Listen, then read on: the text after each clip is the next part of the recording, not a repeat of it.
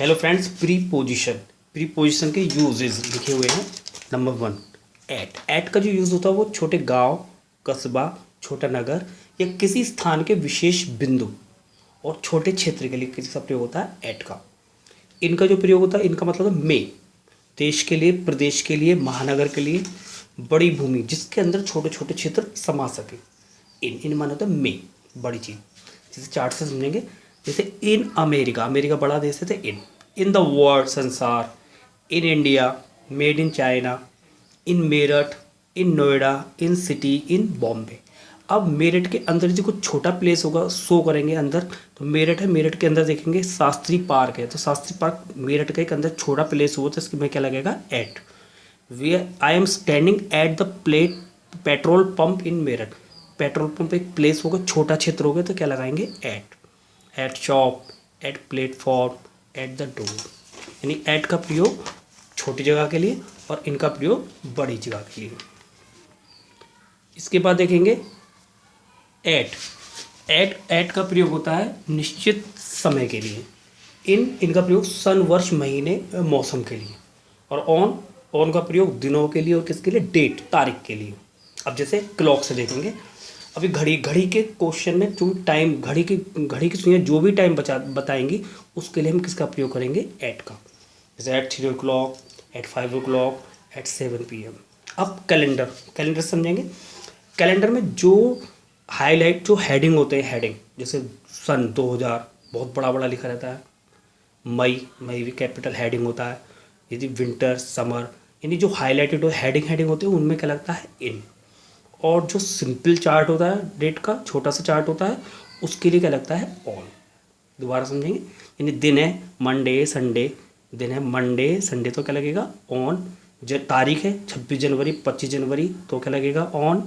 और यदि हेडिंग है, याद रखने के लिए, यदि बड़े बड़े हेडिंग यहाँ लिखा 2000, सन 2000 का कैलेंडर है, मई का कैलेंडर है, हेडिंग है, तो अब क्या लगाएंगे इन। यानी मई के अंदर है ये डेट, 2020 के अंदर। मे का मतलब इन और अंदर का मतलब ऑन। यानी मंडे का जो दिन है वो कब है, कैलेंडर के अंदर। क्लियर। तो सन, वर्ष, महीने, मौसम के लिए इन और दिन और तारीख के लिए ऑन। इसे याद कर सकते हैं आसानी से। इसके बाद है बिटवीन का मतलब दो के लिए। यदि कोई चीज़ दो लोगों में बांट रहे हैं तब क्या लगेंगे बिटवीन। और यदि हम उस चीज़ को दो से ज़्यादा लोगों में बांट रहे हैं तब क्या लगेगा अमॉन्ग। जैसे डिवाइड दिस एप्पल, इस आम को बांट दो, बिटवीन राम एंड सोहन, दो लोग हैं तो बिटवीन। और अमॉन्ग द स्टूडेंट्स, बच्चों के बीच में बांट दो, यानी दो से ज़्यादा है, यदि दो से ज़्यादा है तो क्या लगेगा अमॉन्ग। इसके बाद देखेंगे बिसाइड मीन्स क्या होता है निकट। कम आओ एंड सिट बिसाइड मी, और मेरे पास बैठ जाओ। He is sitting beside me, वह मेरे पास बैठी हुई है।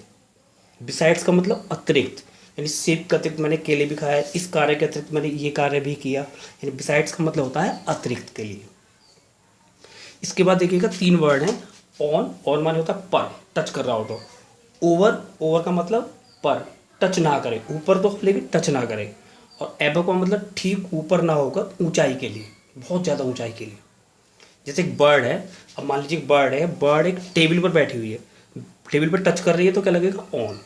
अब बर्ड उड़ जाए, थोड़ी सी टेबल के ऊपर ऊंचाई पर चली जाए तब क्या लगेगा ओवर द टेबल। यानी चिड़िया जो ऑन द टेबल नहीं है, उड़ गई है तो क्या लगेगा ओवर द टेबल। और आकाश में बहुत ऊंचे उड़ गई, यानी टेबल के ऊपर तो है लेकिन बहुत ज़्यादा ऊंचाई पर चली गई तो क्या लगेगा एबव द टेबल।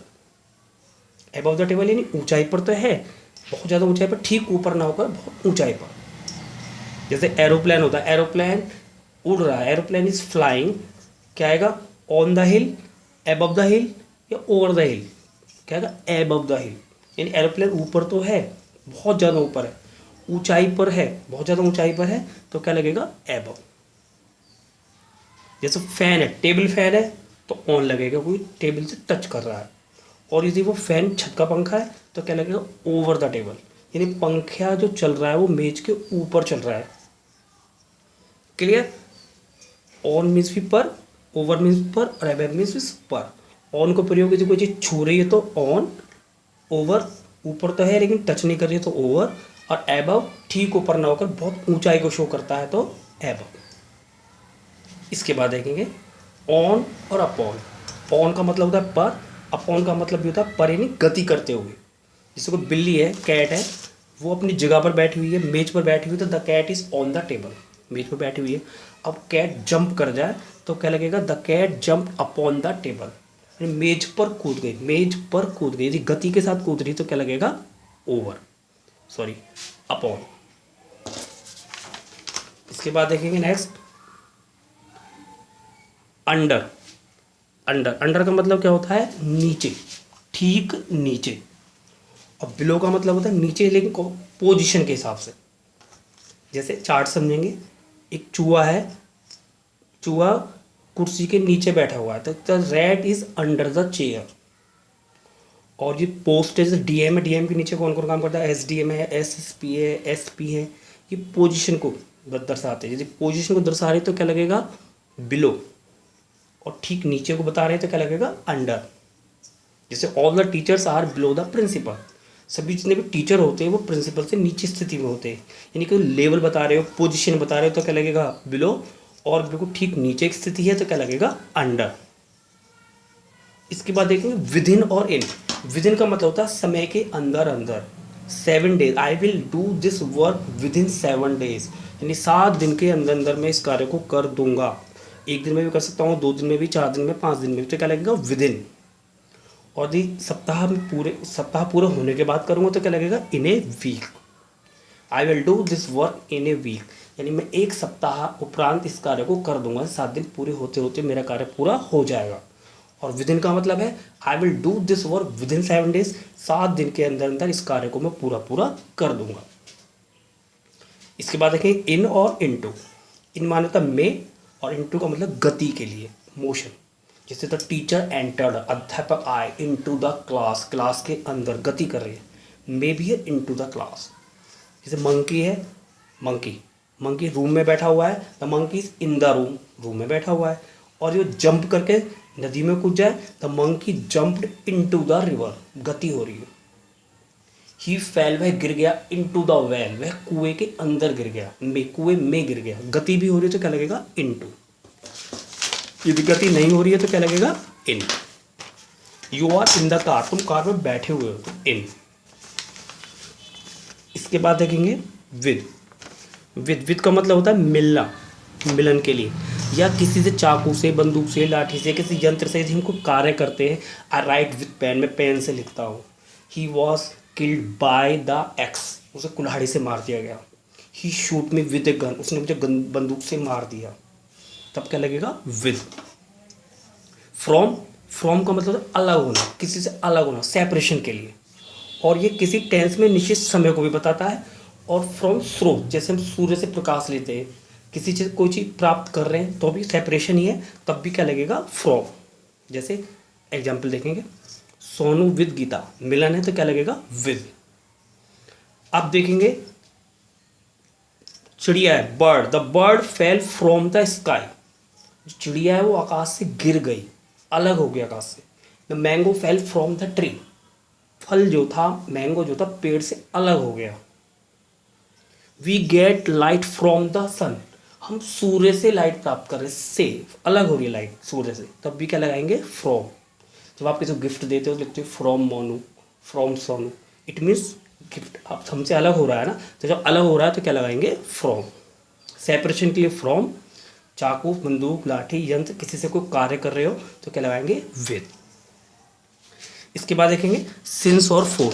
सिंस का प्रयोग होता है निश्चित समय के लिए, और फोर का प्रयोग होता है अनिश्चित समय के लिए। इसको जज कैसे करेंगे, देखिएगा यदि गिनती आ रही है 1 2 3 4 5 6, यदि 1 2 3 आ रही है तो क्या लगाएंगे, फोर। और 1 2 3 4 ना आगे कुछ और शब्द आ रहा है तो क्या लगाएंगे, सिंस। यदि 1 2 3 4 5 6 7 आ रहा है तो फोर। यदि 1 2 3 4 5 ना आगे कुछ और आ रहा है, सुबह, शनिचर, मंगल, 1950, मई, सुबह, शाम, शनिचर, तब क्या लगाएंगे, सिंस। एक बार देखेंगे, 4 2 days, 4 5 minutes, 4 2 week, 4 2 hours। Since के लिए सिंस 2 o'clock, यदि क्लॉक आ रहा है तो 2 लगाएंगे, since 2 o'clock, since morning, since today, since Sunday, since 1950, since मई।